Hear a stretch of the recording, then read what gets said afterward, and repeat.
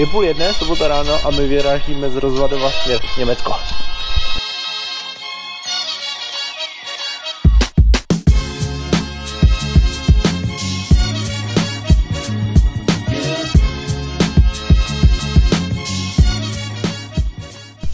Tak jsme úspěšně dorazili na místo určení, tady společně s Hankou. A šli jsme se projít, protože čistá výstava nám začíná přibližně za hodinu a ještě čekáme na jednoho člena, tady právě přítele Hanky, Tondu, a ten přijede taky během hodiny. Takže se vcukneme, projdeme si to tady. Je tady docela zajímavý, že před každým barákem mají udělanou výsadbu, protože jako u nás v České republice je docela vzácnost. A je to tady právě naopak. Všude rozkvetlí rododendrony, azalky. Je to tady moc pěkný.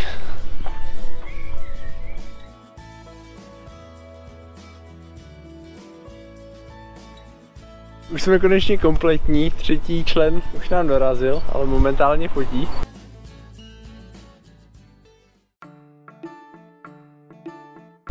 Konečně cíl naší cesty.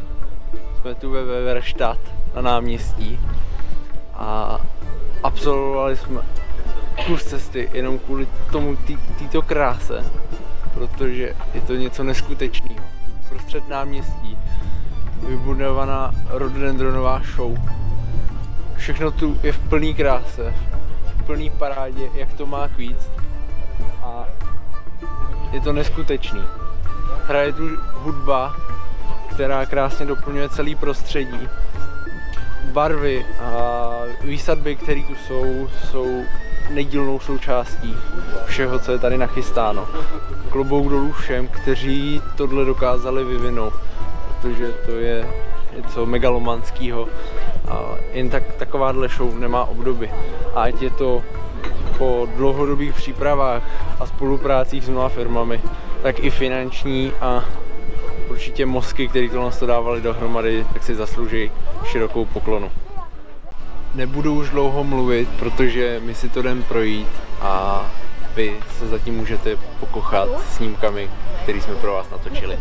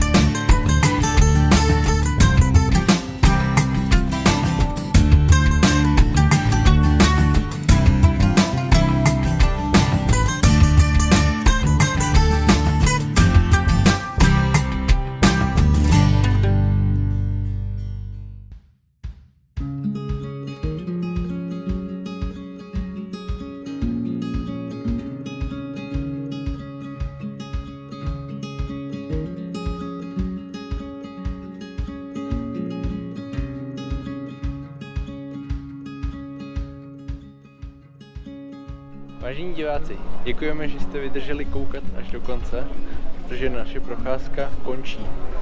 Děkujeme, že jste se na toto video podívali a pokud se vám líbilo, dejte like, sdílejte a mějte se hezky. Ahoj. Čau.